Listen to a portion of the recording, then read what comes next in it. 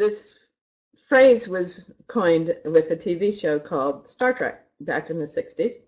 And Dwayne Elgin, who wrote the book Voluntary Simplicity that we referred to earlier, made the point in the 70s that it was not space that is the final frontier. It is our own consciousness, our own human consciousness. What and who and how are we, and what are we really capable of, and how can we move all of that forward? So up to now in this series, we've been talking about culture in more concrete terms, in terms of relationships and structures and tools and techniques, and we will continue to do that.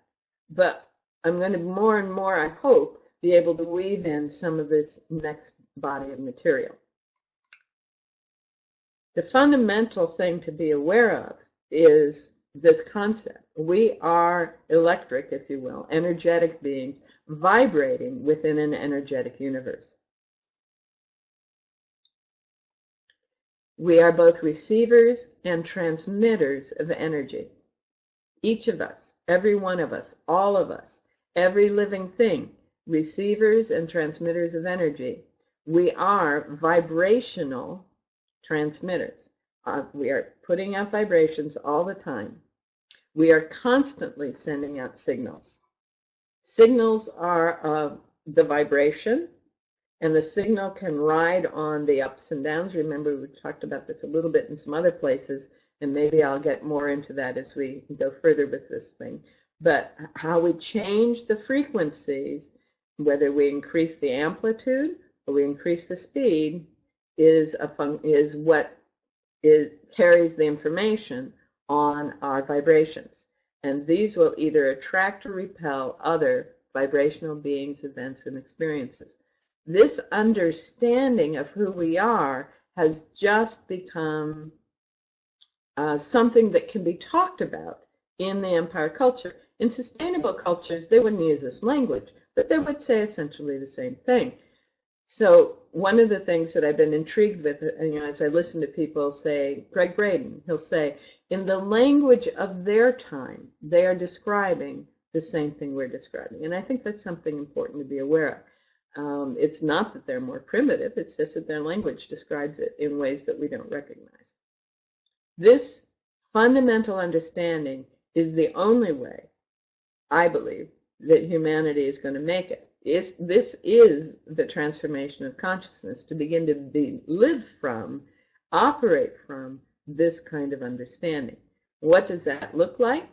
It looks like doing things like this. The third eye kiss, I'm sure you've seen this on Facebook. The realization that just the simple thing of kissing the center of the forehead, slightly up a bit, with a thought of compassion for that person, activates a part of the body, just touching them gently with love in this area right here. In fact, you can do it for yourself. And you begin to be aware of something there. This is where the Hindus put a red dot or a star or a flower, a bindi, okay? Because this right there is where we are connected to the universe in ways that our culture never even allows us to be aware of.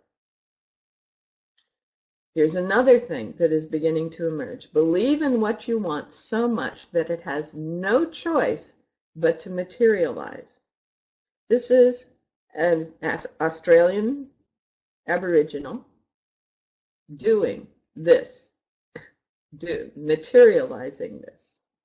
There's a wonderful story. I'm going to go back to Greg Braden that he talks about. He lives up in northern New Mexico, and he talks about there having been a drought, and a friend of his returning home to his native lands, realizing that the time had come when the drought could be broken.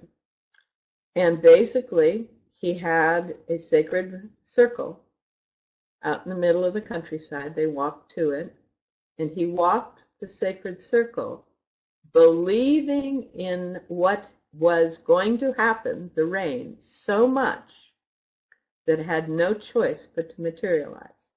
This bushman is doing the same kind of a thing, this Aboriginal in Australia. He has built this, and he knows that what they need is going to materialize.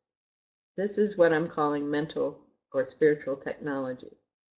And it is integrating the ancient understanding with emerging understandings. This is the direction that we will go to be able to live on this planet. The results will look like some of these things. We'll see more healings, we'll see more sci-tech, I love that picture, and we'll be more clearly viewing remotely. If you're not familiar with remote viewing, this is something that was at first beginning to be documented in our culture in the 70s, mid-70s, at Stanford Research Institute by Russell Targ and Hal Puthoff, two physicists who had heard that, or actually what happened was they were doing a different kind of experiment, and they discovered that people were doing this.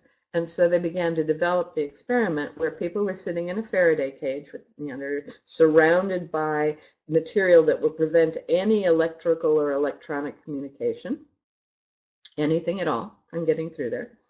And they're given a set of images or codes to focus on, and they are describing what it is that they see. So if they got a piece of paper that had a certain code on it, they would, then describe whatever they saw. They were getting results that were incredibly accurate very early on, and they started training other people to do it. And of course, the CIA then came in, and actually that's part of the reason I left Stanford Research Institute, because the CIA was going to be taking over the divisions that I was working in. And I said, no, not me. And then the Army took it on. And as far as I understand, officially, they are no longer doing this. Unofficially, who knows?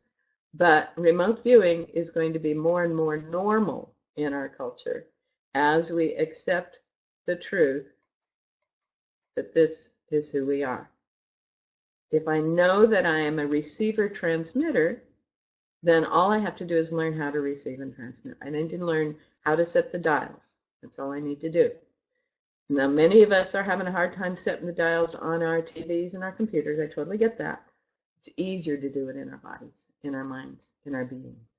Okay? So as we accept who we are, we're going to see more of these kinds of technologies.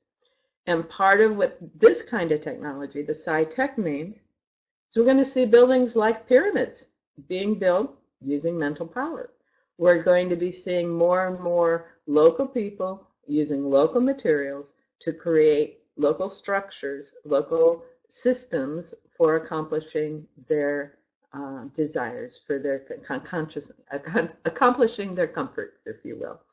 And what we're going to have to do is develop education systems and a moral and value system that supports that and that keeps it from running wild.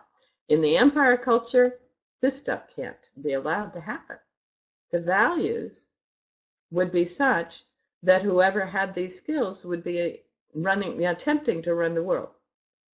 In a sustainable culture, in an earth-centered culture, in a consciousness culture that knows this and knows that sharing is the only way, then you can have these technologies emerge. Make sense?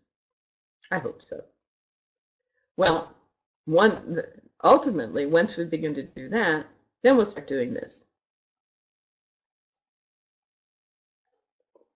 I hope you're laughing.